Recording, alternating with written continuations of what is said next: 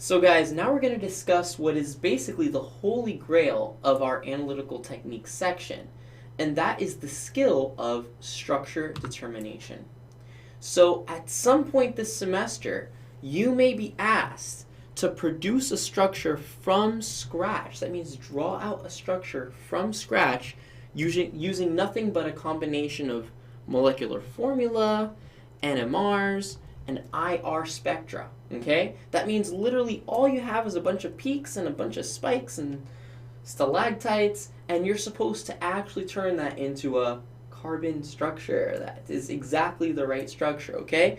So when students see this type of question, they tend to freak out because this is a very complex skill. We're having to synthesize tons of information, we're having to get creative, and students just start drawing every structure they can think of. Now, for you guys are smart. You're already watching my videos, so that means you're trying to get ahead. And I'm going to tell you that is the first way to lose points on the exam, because you're going to run out of time, you're going to draw a bunch of structures that aren't correct, and it's just not efficient. So we need to be much more strategic in how we draw these structures. That's why I always teach my students to build a strong molecular sentence before we even begin getting creative and drawing structures. The way we build a molecular sentence is by gathering clues. We're going to gather as many clues as possible from that NMR, from the IR, from the molecular formula. We're going to put it all together in a very ordered way. We're almost going to basically create like a mini essay on this molecule, and then from that sentence, we can then go ahead and propose structures that are actually relevant, okay? This isn't going to be easy, guys. This is actually a skill that takes a lot of work, and it's one of the harder things you may have to do this semester.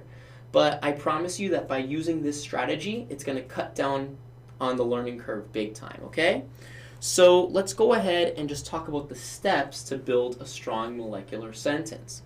The very first step is to determine the IHD, which is a skill that we learned in Organic Chemistry 1 and that I've included in this section so you can review it, okay? So the IHD is just basically going to tell us about double bonds, rings, triple bonds, etc. Then we're going to use the NMR, the IR, splitting patterns, and integrations. We're going to look at all of that for major clues. Now, specifically, I put all four of these things for a reason. The reason is because we tend to find extremely helpful clues with these four, with these four things. So, for example, NMR. What if I have a chemical shift in my NMR that's like 9.1? I'm just giving you examples here, but there's a lot of different shifts that we learned. What if you saw that you had an NMR shift of 9.1?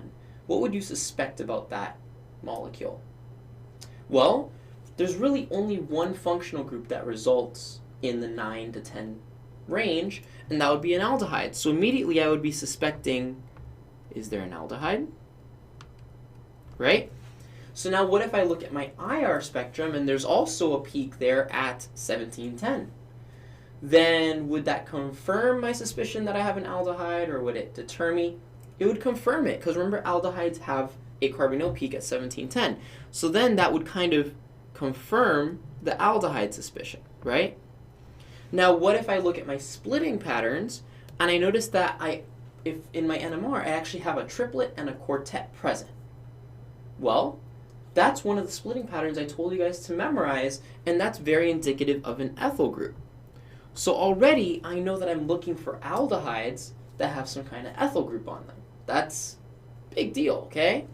Now what if I look at my integration? What kind of information do you get from integration? You get number of hydrogens. Why is that important? Well, what if I have that shift at 9.1 for my NMR, but it actually has an integration of 2H? What would that tell me? If my integration is 2H for a shift of 9.1, that tells me that I actually don't just have one aldehyde, I actually have two aldehydes. The reason is because every aldehyde only has one hydrogen that results in the 9 to 10 range. So if I have two hydrogens, that must mean that I have two aldehydes. So these are the kinds of clues that we gather right away, okay? And you have to get good at learning where to find those clues, okay? So now we've done that. now we do something that's kind of like a clutch prep special. This is something that you're not going to see in your textbook, but sometimes it's helpful. And that's to do something that I call calculating the NMR, the proton NMR peak, or the proton NMR signal to carbon ratio. Okay? And basically this is just a test of symmetry. So what I do is I say that you look at the number of signals that you have, and you put that over the number of carbons that you have. Okay? If that number turns out to be less than 1/2, okay, then that suggests that it's a symmetrical compound. Whereas if that number tends to be above 1/2, then it's probably going to be a pretty asymmetrical compound. Okay? The logic behind here being, let's say that you have a molecule that's like C6H14, right? And you've got your proton NMR, right? It starts at 0, it ends at 13, and all you have is one peak. Let's just say you have one peak. Okay? Well, what that's going to suggest to me is that I only have one signal. So that's going to be the 1 in my fraction. And I have 6 carbons.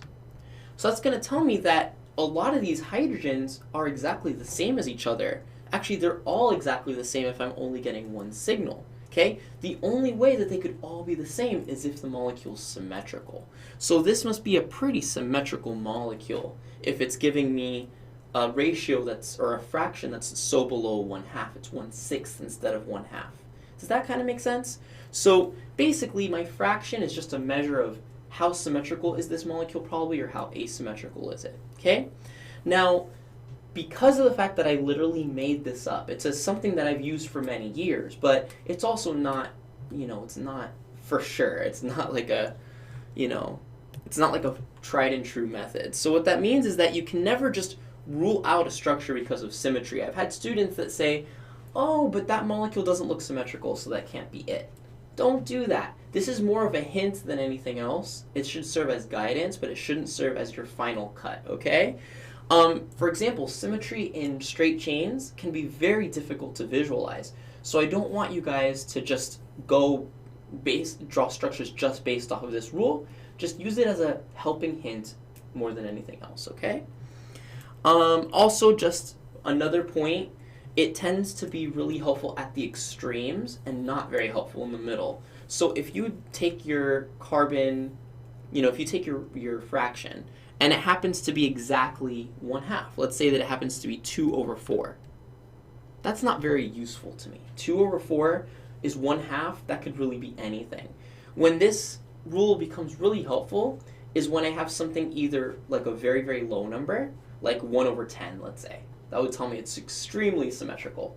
Or when I have a really, really high number, like 8/10, then that would also tell me it is very asymmetrical, and I would start to think of ways that I could arrange this in a very asymmetrical way. Okay? Enough about that rule.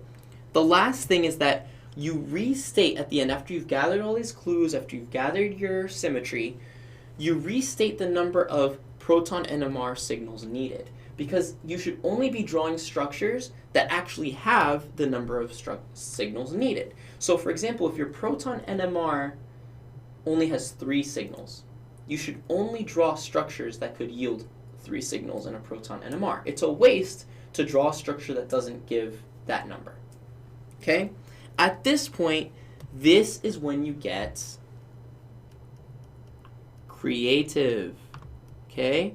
Unfortunately, this is a word that many of you are scared of, but what I'm trying to do here is take the most creativity out of it as possible, because I know that's the hard part, is trying to really think about what could it be? Could it be this or that? I'm going to try to give you a system so that when you do get creative, there's not that much to think about. It's literally maybe you have 2, 3, or 4 different drawings that are possible, but not more than that, okay?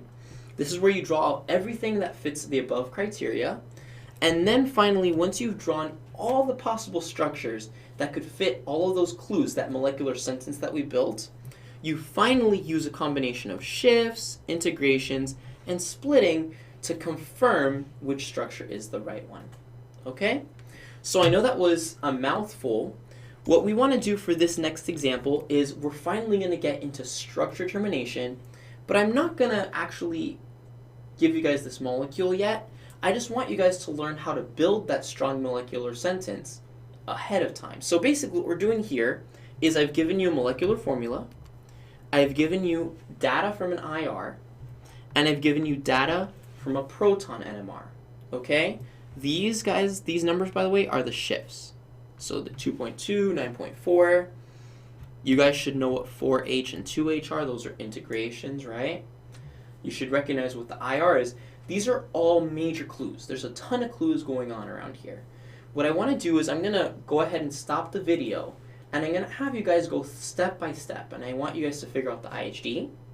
I want you to figure out every clue possible that you can gather here. You know, I've already given you a lot of hints. I want you to think about symmetry, if that's important. And then finally, I want you to only draw structures that have 2 peaks in a proton NMR. And, you know, at that point, I'll kind of take over from there. But I just want you guys to build the molecular sentence and then only draw possible structures that fit that sentence and have 2 peaks in the proton NMR. So go ahead and take a stab at it, and I'll be right back.